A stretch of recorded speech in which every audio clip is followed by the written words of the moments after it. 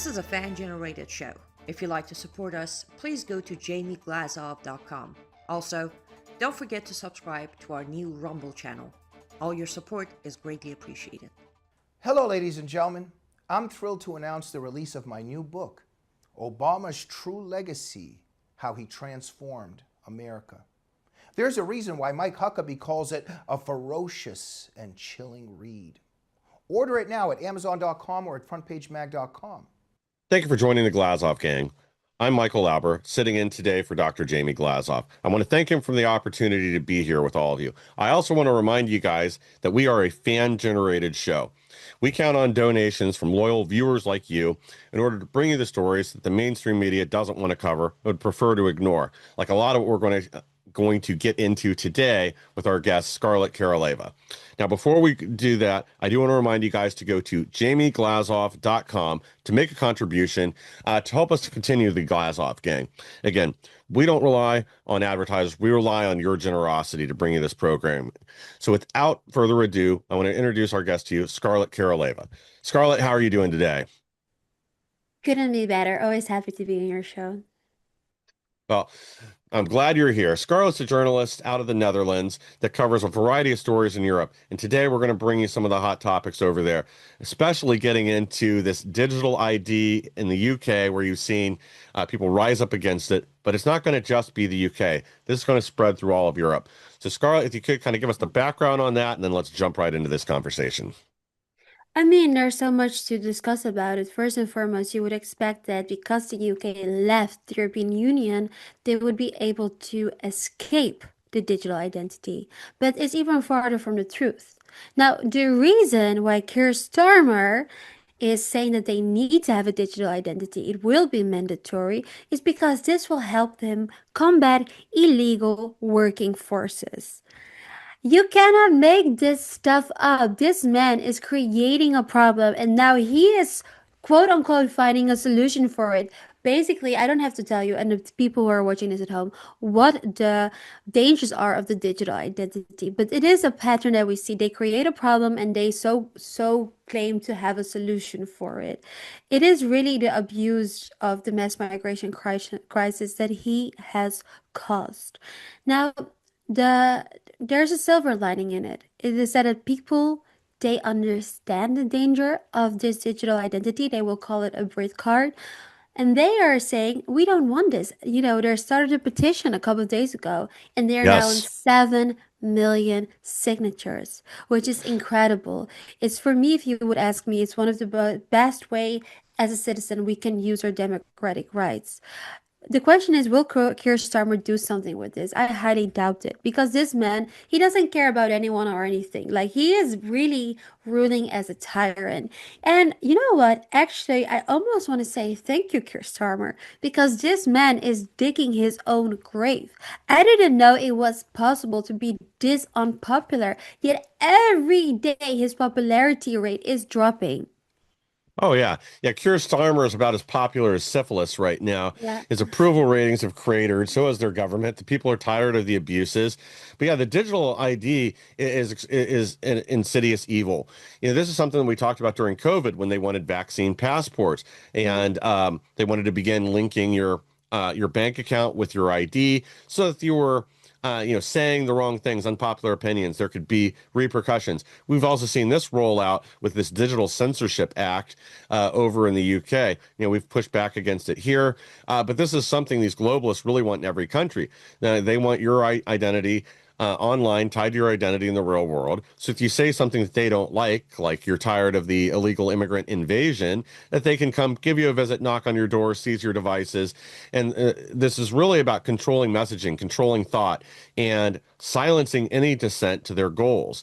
This is going to be an extreme danger. And if it gets rolled out in the UK, it's going to spread through the rest of Europe. It'll be in Australia and South Africa and a variety of other countries initially.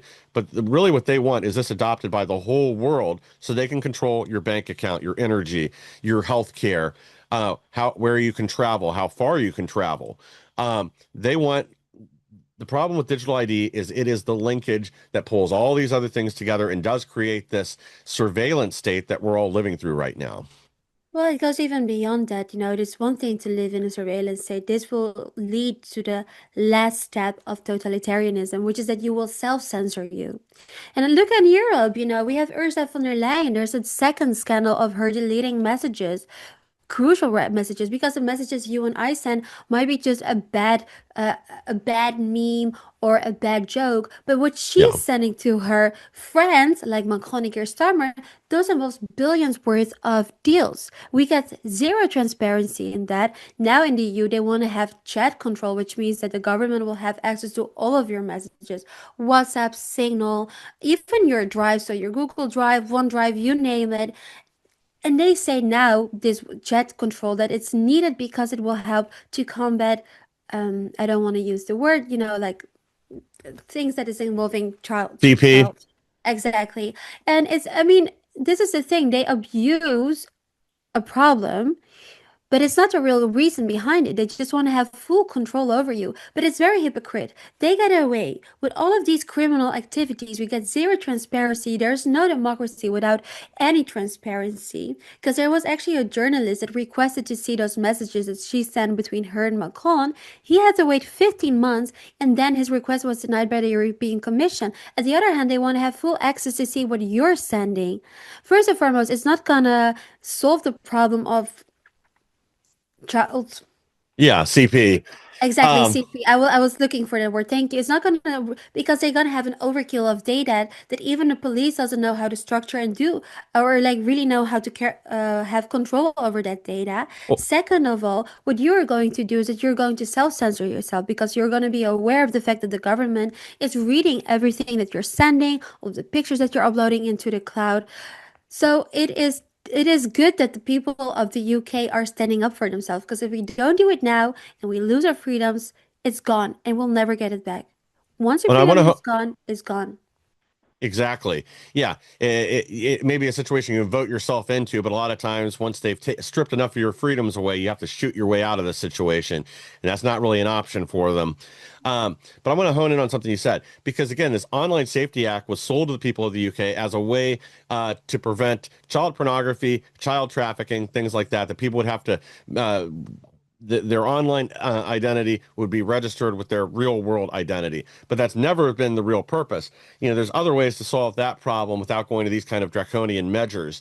But what it was really about is setting the foundation for what we're seeing now, and that's digital ID, linking even more systems up. So we're already seeing, what is it? I think I saw an average of 200 people per week arrested just in the UK for online violations. All of you guys have seen the videos of them knocking on doors, sometimes in the middle of the night, dragging people out. Everybody saw the one about where they took young ladies, I think 14, 15-year-old girl, wanted her cell phone, not because of something she posted, because she looked at something online that was considered inappropriate. So, I mean, you're exactly right. Like, this is really about thought control. It's about scaring people away from standing up against things they don't like or they don't want to see, whether that's the migrant invasion or any criticism of UK's globalist government. But currently, the migrant invasion is the biggest one that we're facing, and they don't want you to have any critique on it.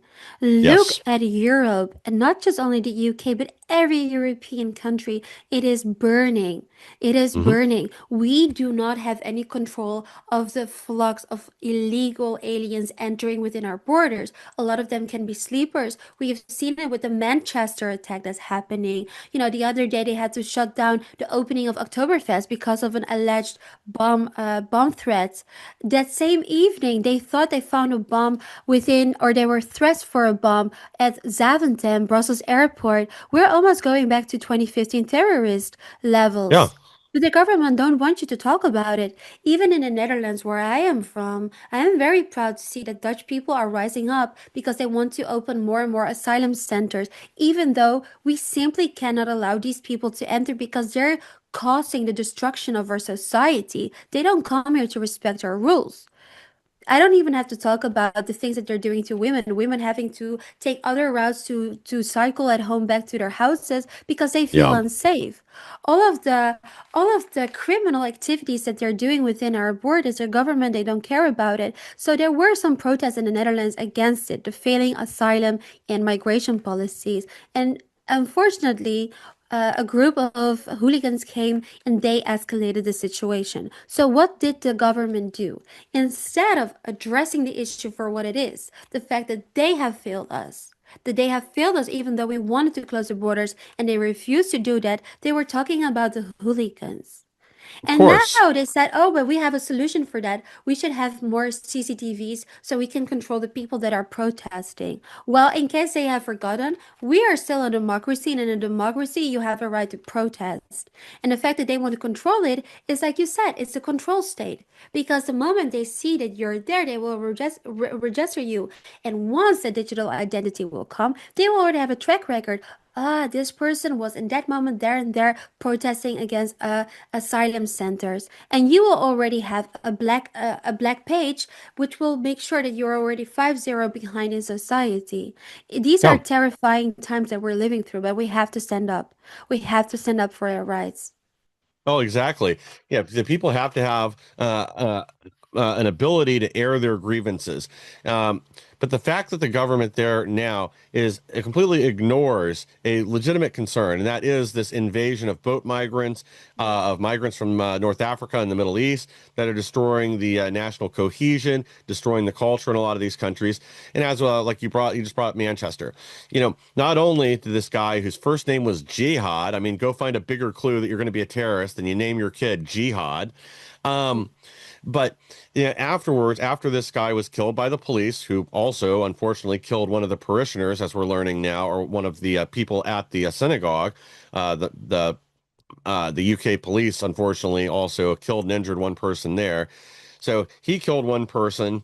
The police brought him down, and then they had riots literally that night because the police stopped him from committing an even worse terrorist attack. But this is what happens when you fill London with people that aren't there to become British. They're not there to assimilate. They're there to spread their culture into your countries and to take over. And you guys are seeing this across Europe. We're seeing it on a lesser scale here in the United States, like with what just happened in Dearborn, Michigan, with the mayor and this conflict with the local priest or local church that was there. That he stood up in City Hall about he didn't want them naming streets after a known terrorist. I can't remember from what organization to honor him. He came up, said something about it, and the mayor essentially told him, Islam is supreme there, and he should leave, and he should get out, and it's not his city anymore. We're see the same in Minnesota, where there's total takeovers.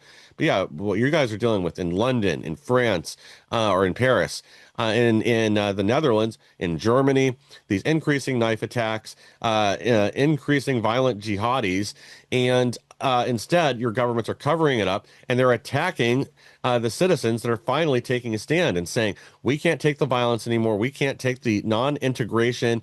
And we certainly can't continue to pay for all this as, the world's economy is right now in pain too. Locals are struggling to find jobs, but your tax dollars are going to support these illegal migrants that have come in and now are dominating a lot of the major cities throughout Europe.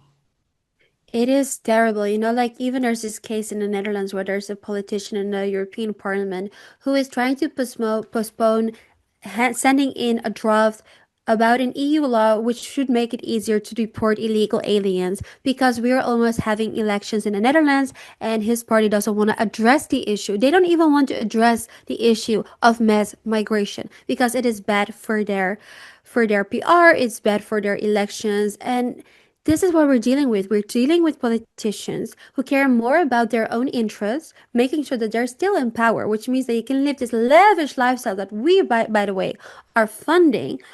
And they have zero, they don't care about us. They don't care No. about the everyday people like you and I who are working hard, who have dedicated their lives to build up the country, only for it to be destroyed by mass migration. And this is the reason why we are in the mess that we are in. Yes. And the fact that they treat citizens and politicians that take a stand against it like criminals in most of these countries, looking Exactly. for reasons to put them in jail. That's why, over here we keep talking about civil war because of what's going on with the violent left. But the UK and a number of other countries in Europe really are on the verge of of a civil war right now. They have absolutely had it in the UK. with Yeah. what's going on there, with rapes and assaults being covered up that are committed by a lot of these migrants, with the police standing against the citizens and instead backing the migrants, and just this general like Islamification of Europe in the UK. People are finally disgusted with it. It's taken them over 10 years to get to this point.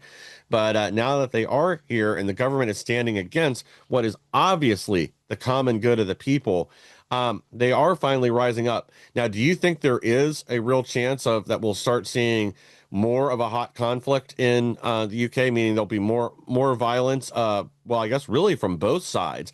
And what do you think the dangers are of them actually getting to the point where essentially, if it's not a declared civil war, it's basically borderline? I mean, look, at this point, I think the government almost wants the whole situation to escalate because they know what it means and they're going to allow more illegal aliens to enter the country.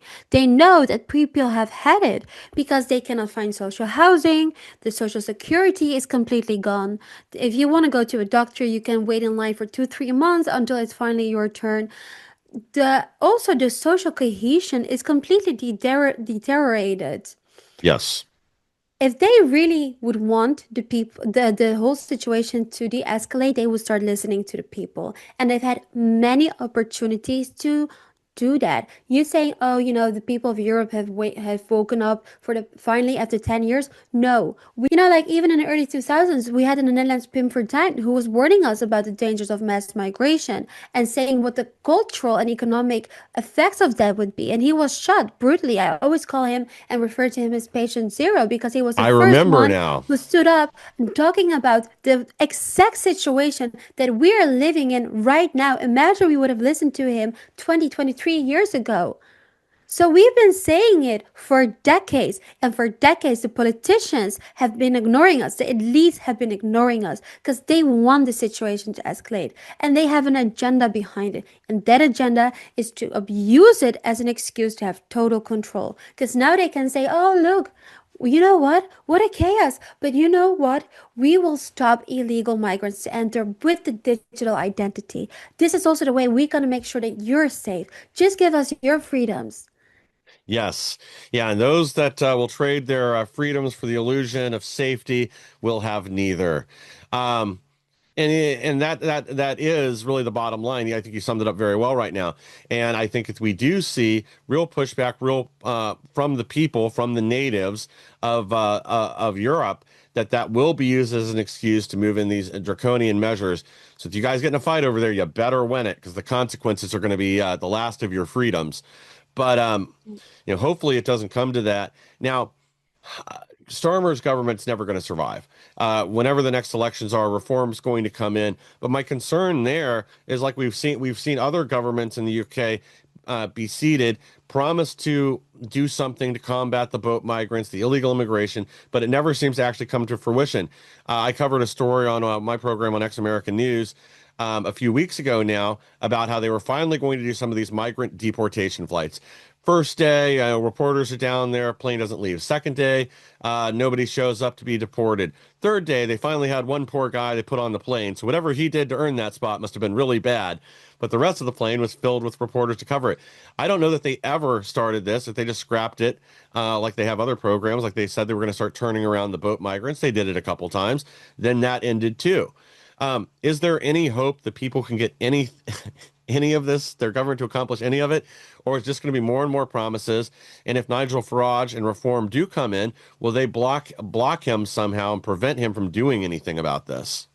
Well, we have to be very realistic. If you want to have a policy like mass deportations, closing the borders, it's not only about changing who's in government, you have to change the entire system because the entire system right now is being dominated by the globalists. You're going to still have bureaucrats who's going to cry and say, oh, I don't want to deport people. And they will object doing so, even though they're living up, what is it, 100,000 pound per year, living like, living a good lavish lifestyle while the average day Joe is still dealing with the trash that they have have caused. So if you want to change that, you have to change the judicial system, you have to change the bureaucrats. Even, I mean, ideally, you go fully American style, right? You just cut the red tape and you have to change with the entire system. This is going to take decades. It's not even if Nigel Farage will become prime minister, and I really hope he will become prime minister because I do have good faith he can steer the situation around.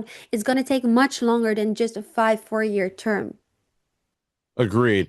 Yeah, to unwind all the damage that's been done, not just in the UK, but over all of Europe. Yeah, I think a lot of it too is going to be through your education system because people have been programmed that Exactly. this is what they're supposed to do. And same with like these policies. I mean, luckily we are seeing some pushback too on some of the environmental insanity that goes on in Europe. Um, but it's a whole mindset that has to change. There has to be a shift across every country in Europe, or this Or kind of tyranny is always going to be just over the horizon. Now, before we started to film here, you also mentioned we wanted to get into the Czech elections. So give me the rundown on that, and then we'll dig deeper. Yeah, of course. So there's a lot of elections happening right now in Europe. We recently had last week elections in Moldova that were completely rigged by Ursula von der Leyen. We can tell that the globalists, they have perfectionized their way of rigging elections, imprisoning opponents, making sure that they cannot even make it to the ballot. And now today, yesterday and today, the people of Czech Republic went to the ballot, and there is actually some good news because they've got their own version of President Donald Trump. He's also a billionaire tycoon named Andrej Babiš. I really hope I'm not butchering that name.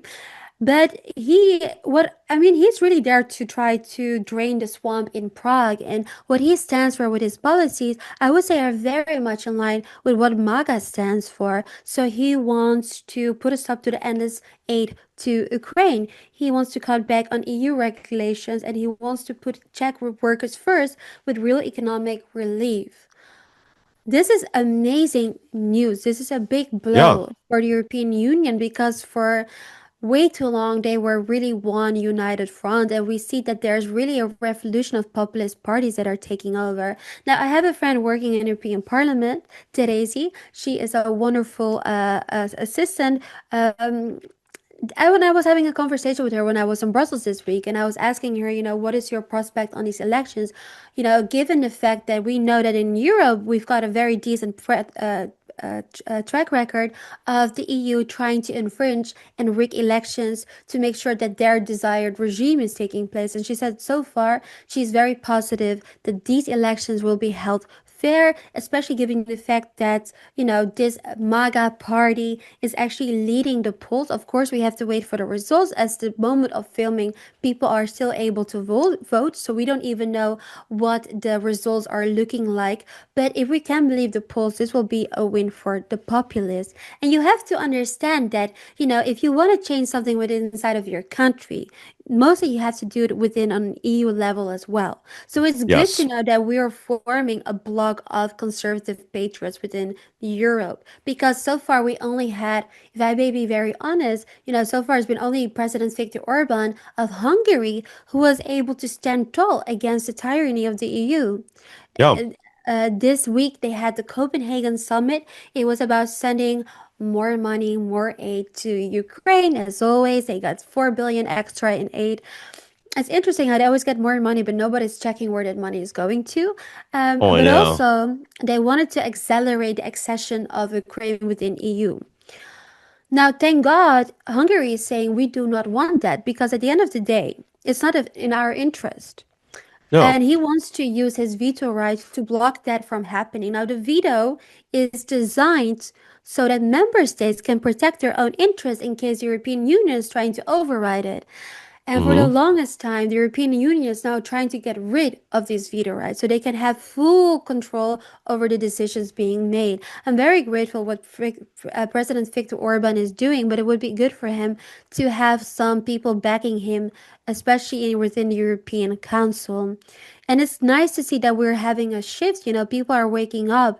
We're done with sending endless money to Ukraine in a war that never seems to end. At the same time, we see that the amount of millionaires are increasing in Ukraine and people are getting poorer and poorer within Europe. The energy prices are still rising. People are still Yes. paying paycheck to paycheck. We just cannot send more money. This war needs to end. And sending more money Agreed. to Ukraine will not end it. So I think, coming back to the Czech elections, if if he wins, uh, Andrej Babis, it's not only a win for Europe, but actually also for America. As sooner as we end the war in Ukraine, the sooner we benefit from it, and you as well. Yeah. Well, I mean, the whole world will benefit from peace. This war in Ukraine needs to end. We've got to stop funding it. It just can't go on. Zelensky needs to come to the table, make an agreement with Putin. And I know he wants his territory back, but at the end of the day, I feel like it's at the point where some of it is just going to have to be sacrificed, even if it's just the Russian-speaking parts of Ukraine. They wanted to leave anyway, so this is nothing new. So maybe that's the solution, but the bottom line is we need peace in the region. We can't have these wars going on forever, especially when on the verge of potential global conflict in so many places now, with drone incursions and other things that have happened around that. And there's a pretty big concern that from Zelensky, several European leaders have quietly mentioned he apparently has a number of Russian drones that were seized, and there's some real concern that Zelensky may perpetrate a false flag attack on a allied nation in order to trigger Article 5 NATO and force everyone else to get involved. So hopefully that isn't the case, but it does seem to be. The truth does seem to be that he, at the very least, was able to successfully seize a large number of Russian drones somewhere, and that they may be repurposing them for a false flag attack, flying them into Poland or somewhere else nearby. Now, I actually want to go back to something you said about Moldova in their elections. So, is this similar to what we saw in Romania, where we kind of anticipated one result? We had a populist candidate, George Simeon, that was there, that was leading in the polls. Then suddenly the election comes around, and oh no, look, here's an extra million votes that came in from for our workers that are outside of the country, our citizens that are working abroad. We just magically an extra million votes came in, and look, now we ended up with Dan. Oh, I always forget his name, instead of George Simeon. And this was after Kalin Georgescu's victory, which they invalidated for dubious reasons, we'll just say. Fake foreign election interference that we later found out was paid for by the other party, the leftist party that's been in control of Romania. So, Yeah. what just happened in Moldova?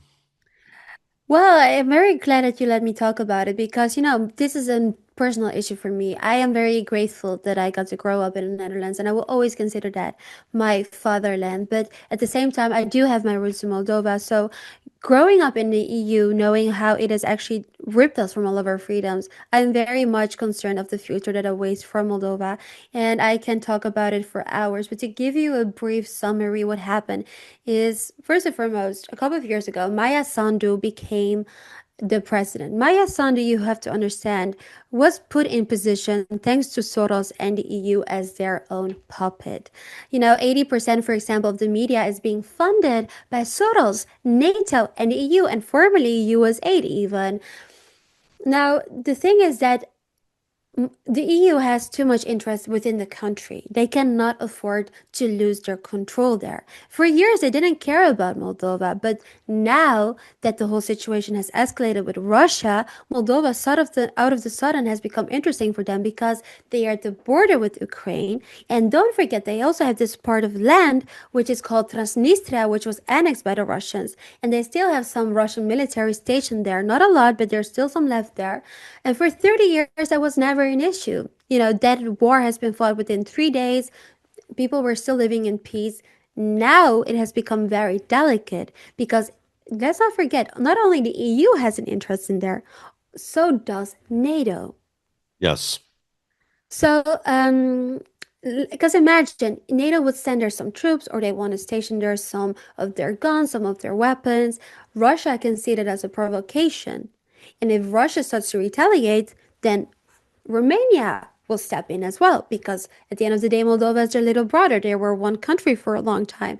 If Romania steps in, then bam, The rest of Europe is at war with Russia. So we need to prevent that from happening. It's a worst case scenario, but it is definitely a scenario that is on the table. Did they rig the elections? 100%. I mean, look at Russia. They have 500,000 Moldavians living there, which is like half a million. But there were only two ballot stations opened.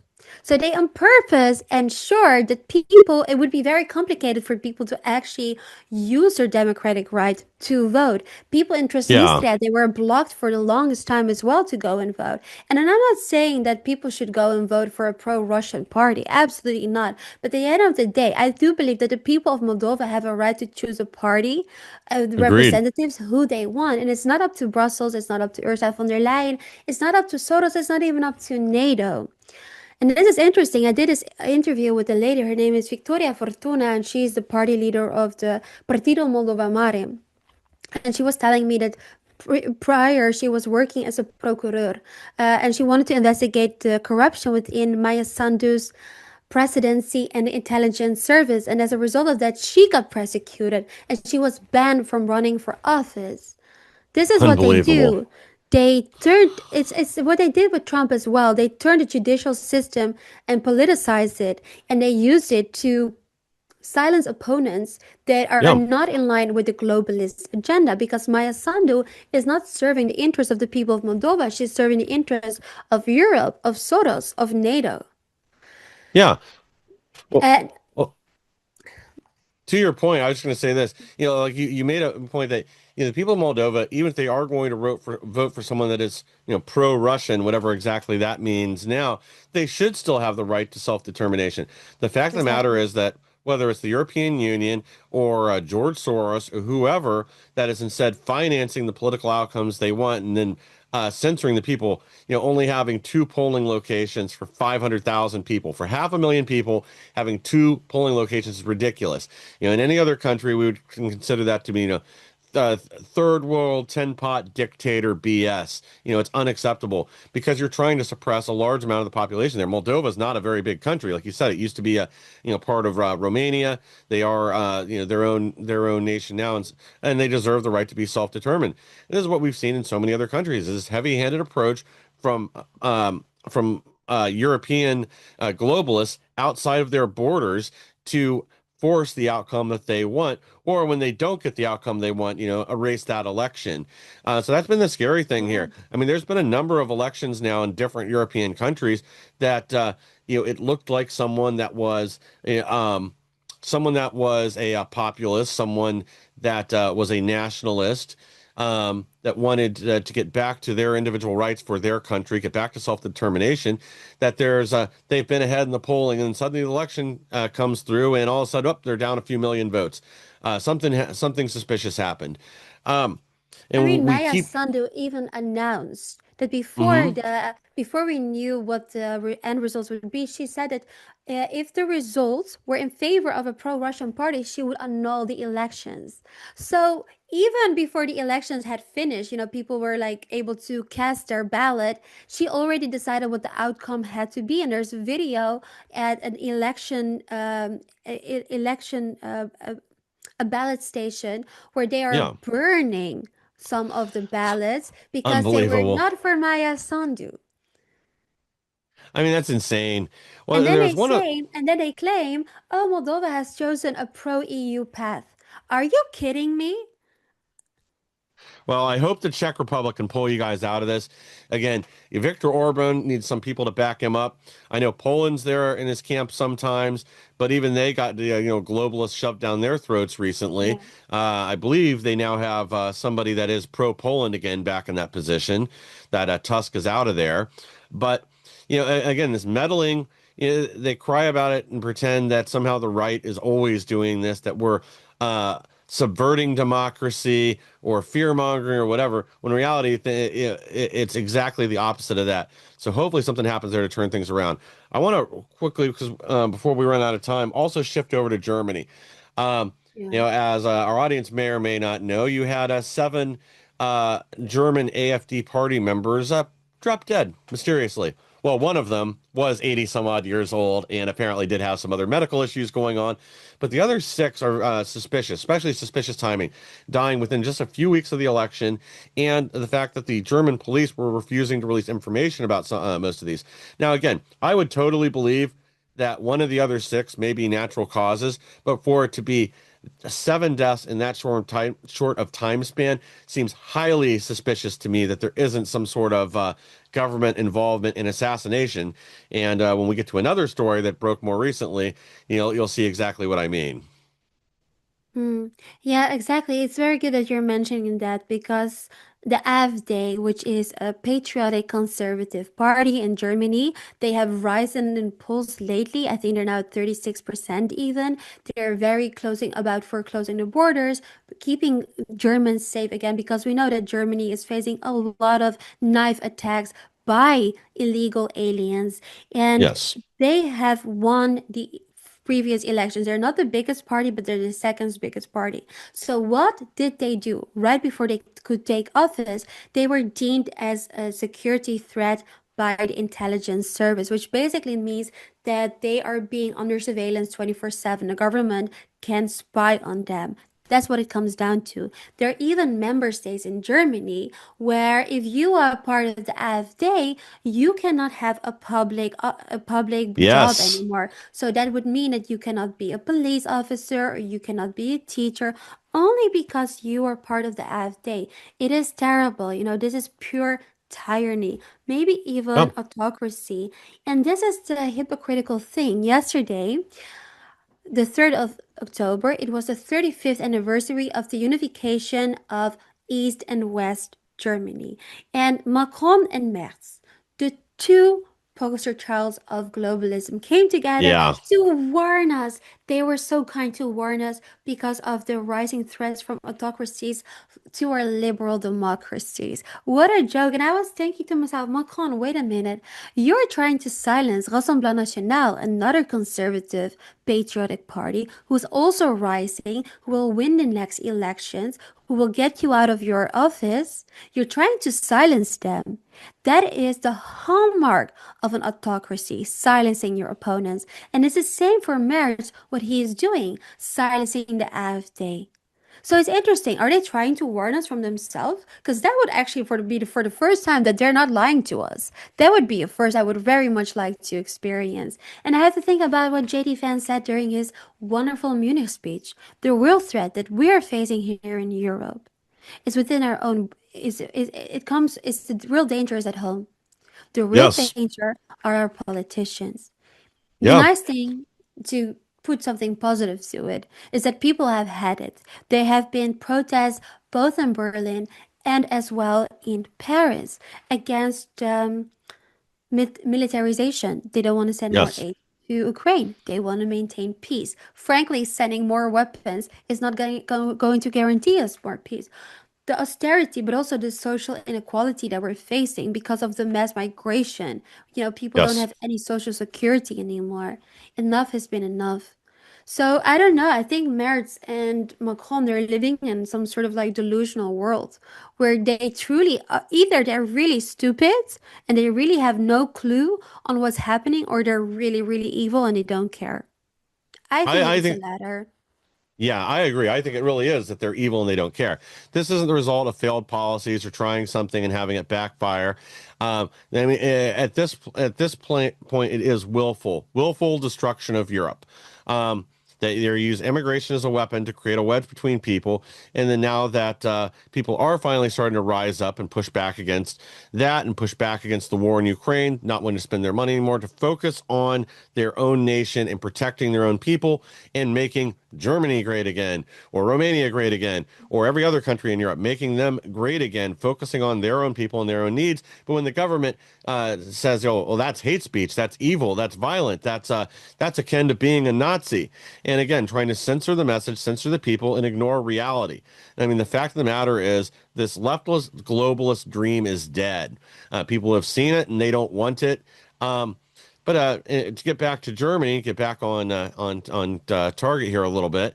Recently, this is how insane they are. German Left Party calls for assassination of AfD's Alice Weidel after justifying killing Charlie Kirk. And they're using taxpayer money to put out this ad campaign. It's literally a poster. It says "Aim here," and then has a bullseye on her head. Again, encouraging assassination. If that isn't what it is, again, if things were reversed, if AfD had put out a poster like that against any of the opposition parties in Germany, they would be calling them literal Nazis. They'd be arresting them, hauling them in for interrogation, and they'd never be seen again. But again, they encourage and promote violence against the right, and nothing's done about it. You know what? I want to talk about Pim Fortuyn. First and foremost, because I'm such a big admirer of him and his policies and what he stood for, but also because he really was patient zero. He was the first one that they had to shut down because he was gaining too much influence and he was set to become the prime minister. And one thing he said in one of his last interviews before his timely passing was he said, if something would happen to me, the left cannot say that they didn't have any involvement in it because they allowed this hate climate to exist. Yeah, And we see it still happening now. People were cheering the moment that they thought President Donald Trump was shot and it killed him. They were celebrating it. This is lunacy. Same with yeah, Charlie Kirk, saying it is justified. What kind of democracy have we become to think it's okay to brutally murder anyone for simply having an opinion? And the left, they cannot claim that they have nothing to do with it because they are inciting that hate. They are behind it. They will maybe not be the person that are pulling the triggers, but they are yes, encouraging those who are willing to pull the trigger, which makes them equally complicit in it. It's yeah. terrible. I pray for Alice. I've met her when I was in Hungary. She's a wonderful, wonderful, warm person. I really pray for her safety. I really do. Oh, agreed. And yeah, you and I met with AFD over in Belgium when we were there, and all Yeah. all of them are getting death threats. Like this is nothing new. We were with Christine Anderson and a number of their other party members. I can't remember what Harold's last name was now, but yeah, same thing. They're under constant threat. They're all painted like they're Nazis, and again, this has to stop. It's the same thing that did lead to Charlie Kirk's assassination. Here is when you're calling your political opponents Nazis, fascists, evil all the time, it just becomes acceptable when it's not just their opposition in politics saying it, that it's your media. That's where it really becomes dangerous. And that's where you do inspire these psychopaths that do go out and murder people. And as we've seen here, especially, but around the world, is the vast majority of this violence is emanating from the left. I don't know if their ranks are just filled with mentally ill people or it's been 10 years, 20 years of this now, of this hype of constantly demonizing their political opposition, if it's just become acceptable for them. Or maybe, again, like I've said before, it's just a political philosophy based on evil. So maybe that's the kind of people that ascribe to that are evil to begin with, which makes it even, also they're more susceptible to committing evil acts like assassination, attacking police officers, attacking law enforcement, rioting, and everything else. But I want to thank you for joining us here today on the Glazov Gang. Any words of wisdom you'd like to leave our audience with, and where can they find you? Oh, well, first and foremost, I want to thank you so much for giving me the opportunity to speak out here. I want you to know, if you're watching this, is that in Europe we are waking up, and you can see it in the desperate attempts of the globalists. How, this is the reason why they're rigging the elections, why they need desperately Moldova to be part of the EU, why they need to have the war in Ukraine, because it's the only thing that still gives them a certain type of legitimacy. But they know that they're losing that control, because people of Europe and also the UK with that, we will not accept this tyranny any longer. You see it in the protests. You see it how people are standing up for themselves. Times are changing, and their time has come to an end. So this is the Well good news I said. really wanted to share with you. Well, thanks again for joining us today, Scarlett. Thank you, Jamie, for letting me sit in and host the Glazov Gang for you. Again, guys, remember this is a fan-generated show. They count on donations from viewers like you to get out the word, get out the stories, the interviews that the mainstream media doesn't want you to see. And you can help ensure the Glazov Gang continues for 10 more years if you go to jamieglazoff.com and make a contribution. Once again, thank you for joining us today, and we'll be back next week with even more.